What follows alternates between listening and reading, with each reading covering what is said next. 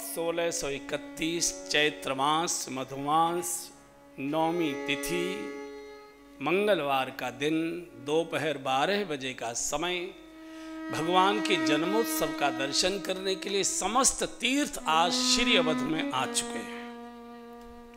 तीर्थ सकल तहां चली आवे, सब देवी देवता ऋषि मुनि परमहंस मनुष्य रूप धारण करके जन्मोत्सव के दर्शन के लिए जन्मभूमि के बाहर अपार मेला अपार भीड़ है। गोस्वामी जी ने दर्शन किया, प्रसाद ग्रहण किया। संध्या का समय वटवृक्ष की शीतल छाया में विराजमान है और अब इस मंगलमयी कथा का शुभारंभ करते हैं। लेखन प्रारंभ हुआ, छंद लिखे, दोहे लिखे, सोरठे लिखे, चौपाइयाँ लिखी और धीरे धीरे धीरे धीरे ग्रंथ ये पूर्ण होता है।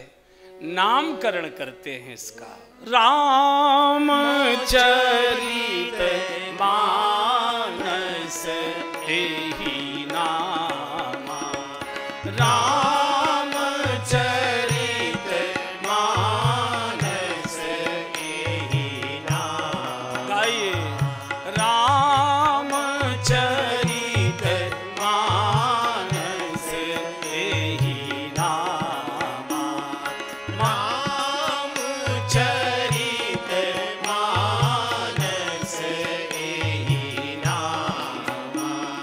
सुनत श्रवण पाइए विश्रामा, सुनत श्रवण पाइए विश्रामा। मन करे विषय अनल बन जरही, मन करे विषय खूब गाइए, अनल बन जरही। होहि सुखी जो एहि सर परही, होहि सुखी जो एहि सर परही। राम चरित मानस एहि नामा, राम चरित मानस एहि नामा। नामकरण कर दिया राम चरित मानस। किसी ने पूछा बाबा सीधे लिखो ना, ऐसे सीधे नाम लिखो। बोले नहीं, नाम नहीं लिख रहा हूं, तो बोले राम मिलन की सीढ़ी बना रहा हूं। राम चरित मानस, मानस की मलिनता दूर हो जाए, चरित्र दिव्य हो जाए, तो तीसरे कदम पर ही राम का मिलन हो जाएगा, दर्शन हो जाएगा। और ये ऐसा सरोवर है जिसमें डुबकी लगाते ही ये दोनों शुद्ध हो जाते हैं, मन भी शुद्ध होता है और चरित्र भी दिव्य होता है। आज मनुष्य का मन मलिन हो गया और चरित्र के बारे में कोई चर्चा करने की आवश्यकता नहीं है। बहुत बड़े बड़े लोग भी फिसल रहे हैं, इसलिए एक कदम आगे के राम दिखाई नहीं दे रहे। मंदिर में भी जाते हैं तो भी आनंद नहीं है। और अब गोस्वामी जी दो संतों के मिलन से, जो बिन सत्संगन हरि कथा तही बिन मोहन भाग, मोह गए बिन राम पद होई न दृढ़ अनुराग। जब संत मिलन होता है तो ये संकेत होता है कि अब भगवंत मिलन होगा। जब संत मिलन हो जाए, जब संत मिलन हो जाए, जब संत मिलन हो जाए, जब संत मिलन हो जाए। तेरी वाणी हरि गुण गाए, तेरी वाणी हरि गुण गाए। जब संत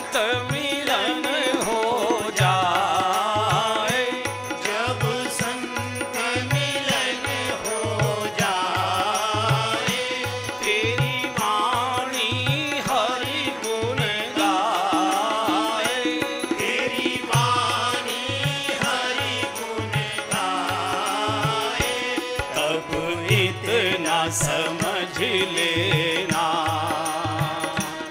अब हरि से मिलन होगा, तब इतना समझ लेना, अब हरि से मिलन होगा। फिर गाइए, जब संत मिलन हो जाए, जब संत मिलन हो जाए, तेरी वाणी हरि गुण गाए, तेरी वाणी हरि गुण गाए, तब इतना समझ लेना, अब हरि से मिलन होगा, तब इतना समझ लेना, अब हरि से मिलन होगा। बिन सत्संग दो संत मिलेंगे तो भगवंत चर्चा करेंगे, दो व्यापारी मिलेंगे तो घाटे नफा की चर्चा करेंगे, दो राजनीतिक मिलेंगे तो दलों की तोड़ फोड़ की चर्चा करेंगे। तो जो मिलते हैं उनका वो स्वाभाविक है।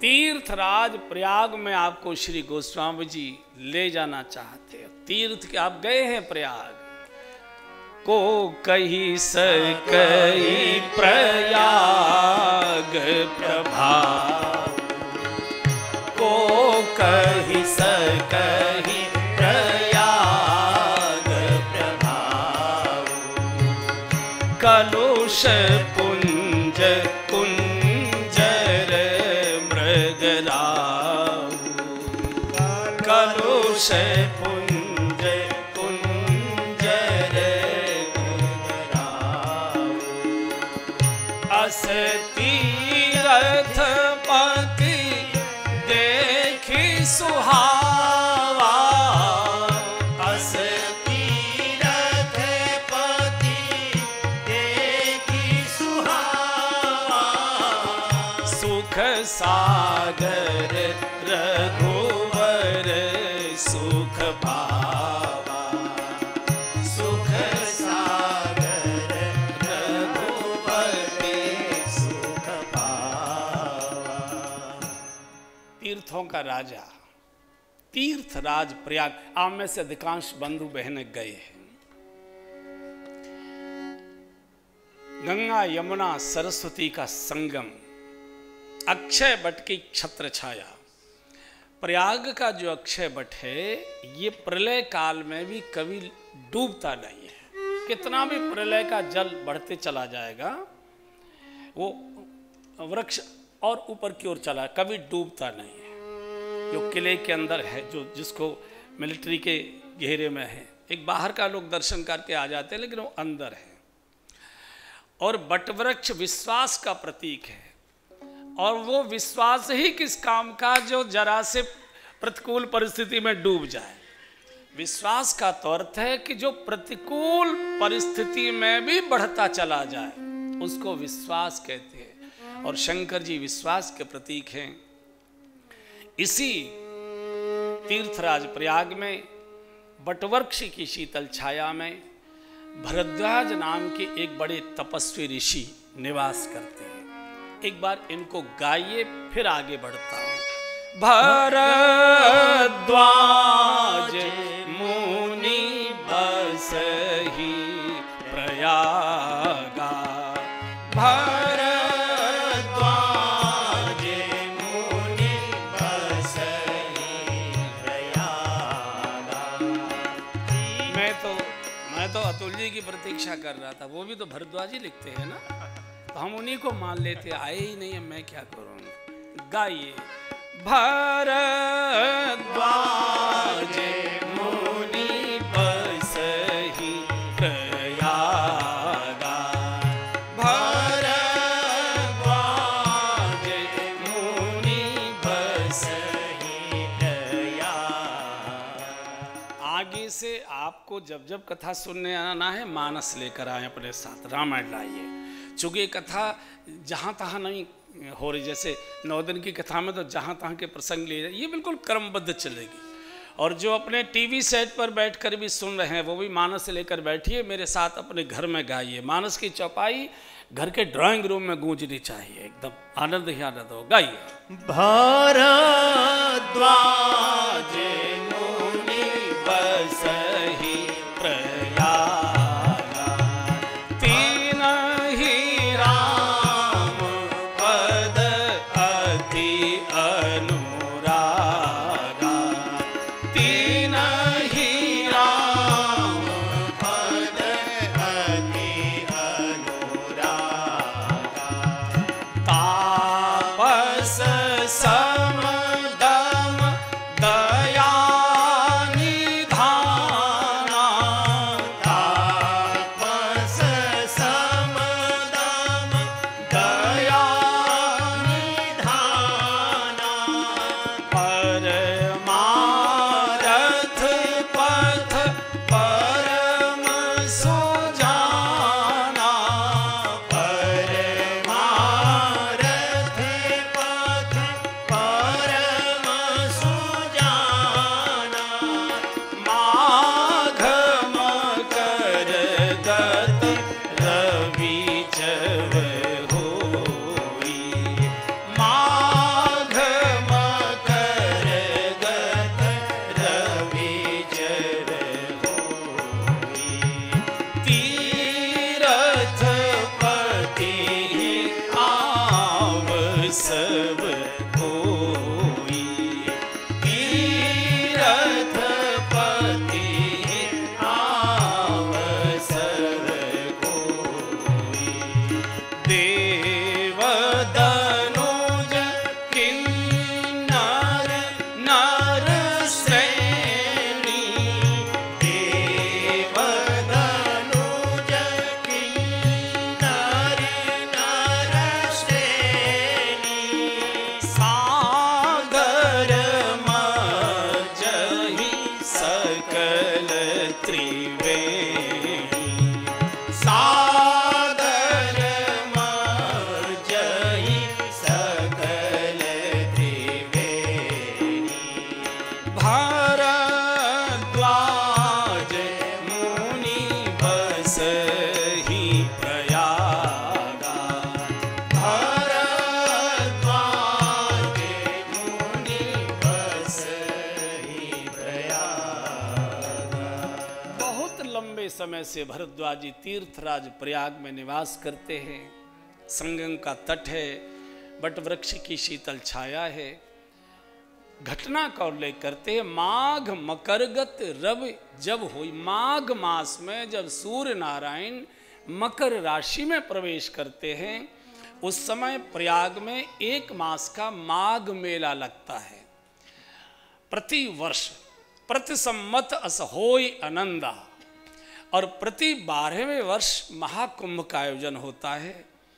इस माघ मास में कल्पवास करने के लिए, तीर्थ स्नान करने के लिए, भगवत कथाएं सुनने के लिए कौन कौन आते हैं? बोलो, देव दनुज किन्नर नरश्रेणी। नरश्रेणी माने हर बिरादरी का व्यक्ति, हर कर्म का व्यक्ति, हर धर्म का व्यक्ति, हर स्वभाव का व्यक्ति, हर गिरिवासी, वनवासी, गांववासी, नगरवासी, झोंपड़ीवासी, महलवासी, कोठीवासी, सब जाते हैं। 1 मास का कल्पवास करते हैं। 3 समय त्रिवेणी स्नान करते हैं। बहुत सामान्य सा भोजन आहार लेते हैं। बैठकर अपनी अपनी कुटिया में जहाँ जिसको जगह मिलती है भगवत नाम का सुमिरन करते हैं, अनुष्ठान करते हैं, और किसी संत के चरणों में बैठकर भगवत चर्चा, भगवत कथा सुनते हैं। ये प्रतिवर्ष का। एक बार इस माघ स्नान के लिए याज्ञवल्क्य नाम के एक बड़े तपस्वी ऋषि का आगमन हुआ। भरद्वाज ऋषि के ही वो अतिथि हुए। उन्हीं के आश्रम में उन्होंने कुटिया दी। उसमें 1 मास तक स्नान आदि, भगवत चर्चा, अनुष्ठान, कल्पवास, बहुत आनंद। 1 मास जब पूर्ण हुआ तो याज्ञवल्क्य जी ने आकर भरद्वाज जी से कहा कि ऋषिवर, आपकी कृपा से आपने सुविधा प्रदान की, बहुत अच्छा अनुष्ठान पूजा पाठ कल्पवास स्नान तीर्थ सब कुछ हो गया। अब आश्रम को छोड़कर आए हैं, अनुमति दीजिए, फिर अगले वर्ष आएंगे। अब हम जाना चाहते हैं।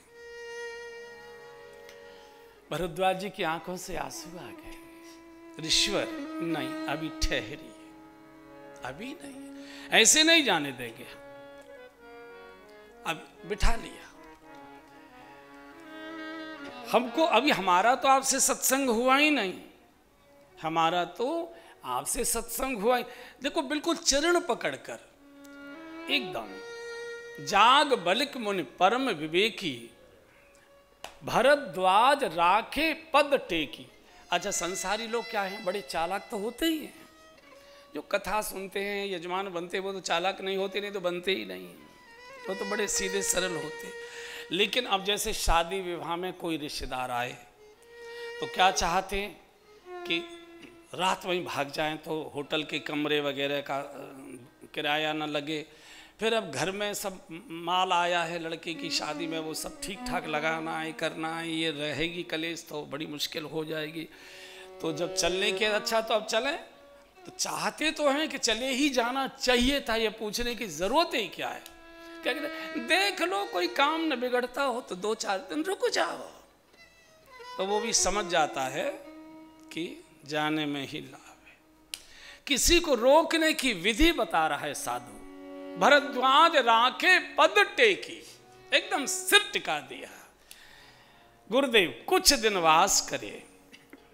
मेरे मन में एक जिज्ञासा नहीं, एक प्रश्न है, एक शंका है। साधु को संदेह, शंका।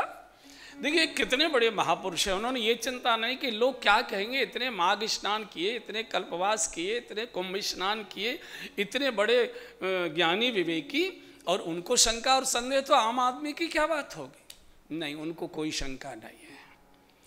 साधु का तो एक ही काम है, जो सही दुख पर छिद्र दुरावा, जो सही दुख पर छिद्र दुरावा, जो सही दुख पर छिद्र दुरावा, जो सही दुख पर छिद्र दुरावा, वंदनीय जेहि जग जसु पावा, वंदनीय जेहि जग जसु पावा। याज्ञवल्क्य जी के श्रीमुख से भरद्वाज जी जगत के लोगों का कल्याण करना चाहते, राम कथा सुनवाकर।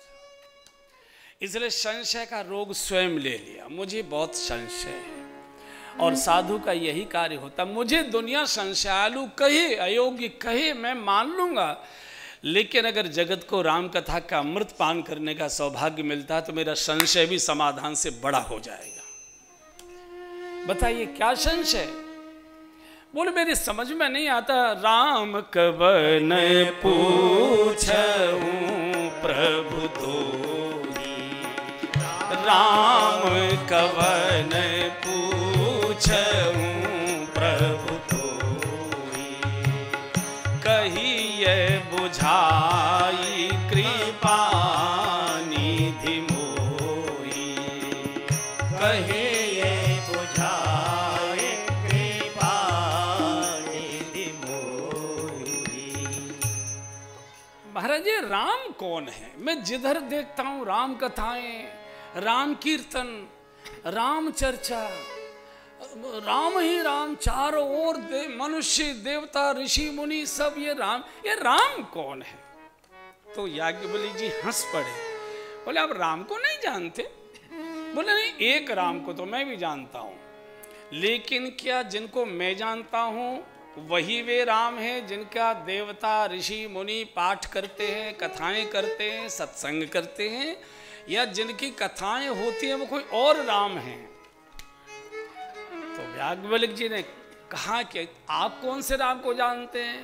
बोले एक राम अवधेश कुमारा, एक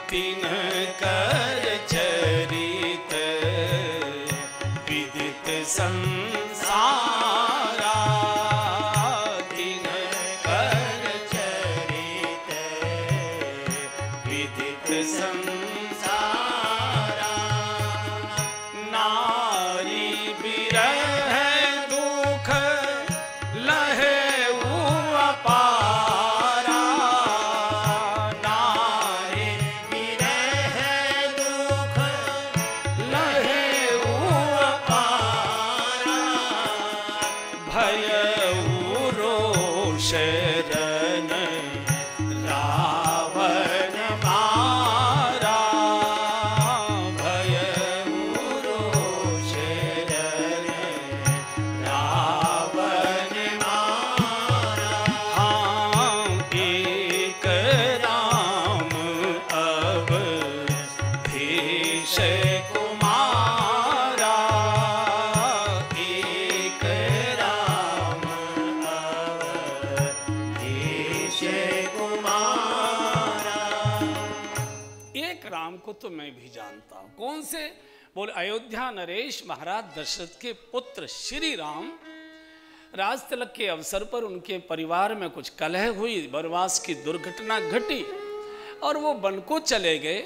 और वनवास के काल में धोखे से रावण ने उनकी धर्मपत्नी जानकी जी का अपहरण कर लिया और रोष में आकर राम ने रावण के सारे परिवार सहित उसको नष्ट किया।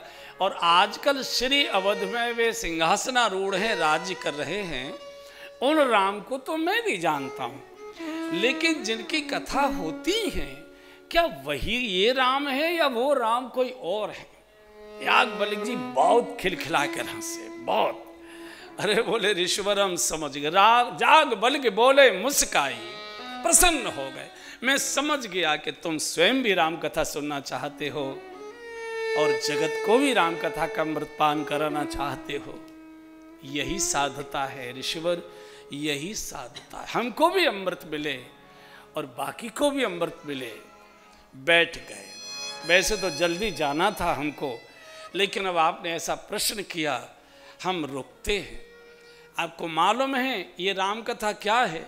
राम कथा शशि किरण समाना, राम कथा शशि किरण समाना, संत चकोर करहि जेहि पाना, संत चकोर करहि जेहि पाना, महामोह महिषेषु विशाला, महामोह महिषेषु विशाला, राम कथा कालिका कराला, राम कथा। आप सुनो हे ऋषिवर, तात सुनहु सादर मन लाई, तात सुनहु सादर मन। आपसे भी कह रहा हूं, तात सुनहु सादर मन लाई, तात सुनहु सादर मन लाई, कहूँ राम के कथा सुहाई, कहूँ राम के कथा सुनाई। महात्मा बोले हैं श्री राम कथा महिषासुर मर्दनी है, काली के समान है। जो पाप का महिषासुर हमारे जीवन में आ चुका है, उसको काटने के लिए राम कथा ये काली की तलवार है। राम कथा शशि किरण समाना, संत चकोर करई जय पाला। जैसे चंद्रमा की रोशनी सबको शीतलता प्रदान करती है, ऐसे राम कथा ये चंद्रमा की शीतल किरण के समान है। अज्ञानांधकार को तो दूर करती है। अनेक प्रकार के जो त्रिताप हमको जला रहे हैं, उनमें भी हमको शीतलता प्रदान करती है। और हे ईश्वर, अब मन लगाकर कथा सुनिए। सभी ने एक ही बात बोली है, तात सुनो सादर मन लाई। आगे तक आप पूरी कथा सुनेंगे। शंकर जी पार्वती जी को कहते हैं देवी मन से सुनो, भगवान लक्ष्मण जी को कहते हैं लखन मन से सुनो। जहां भी कथा की चर्चा होगी, पहले वक्ता कहता कृपया मन लगाकर सुने। और बहुत सुंदर प्रसंग से याज्ञवल्क्य जी कथा का शुभारंभ करते हैं। भगवान शिव का पावन प्रसंग, शिव का आगमन हो रहा है और जिनके कारण से जगत को कथा मिलती है। एक बार शिव को बहुत मन से आह्वान करके एक बार बाबा भोलेनाथ, बाबा एक सेकेंड। और ये सावन का महीना शंकर जी को अलॉट हैं? और किसी देवता को वो मौका दे ही नहीं रहे हैं, उन्हीं को अलॉट। गाइए बाबा भोलेनाथ, बाबा भोलेनाथ मेरी नैया को उबारो ना। बाबा भोलेनाथ, बाबा भोलेनाथ मेरी नैया को उबारो, मुझे पार लगाओ नाथ। बाबा भोलेनाथ, बाबा भोलेनाथ मेरी नैया को उबारो नाथ। बाबा भोलेनाथ, तन पे लगाई भस्म, सिर चांद सोहे है, सर्पों की माला है।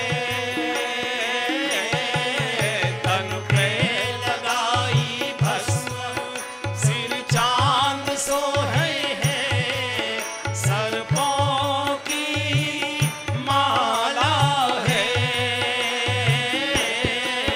धारे जटा में गंग, माथे पे है त्रिपुंड, ये डमरू वाला है।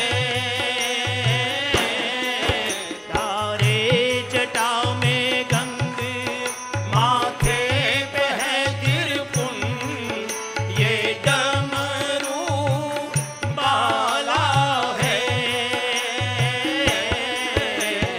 विष को पीकर भी, विष को पीकर भी सबका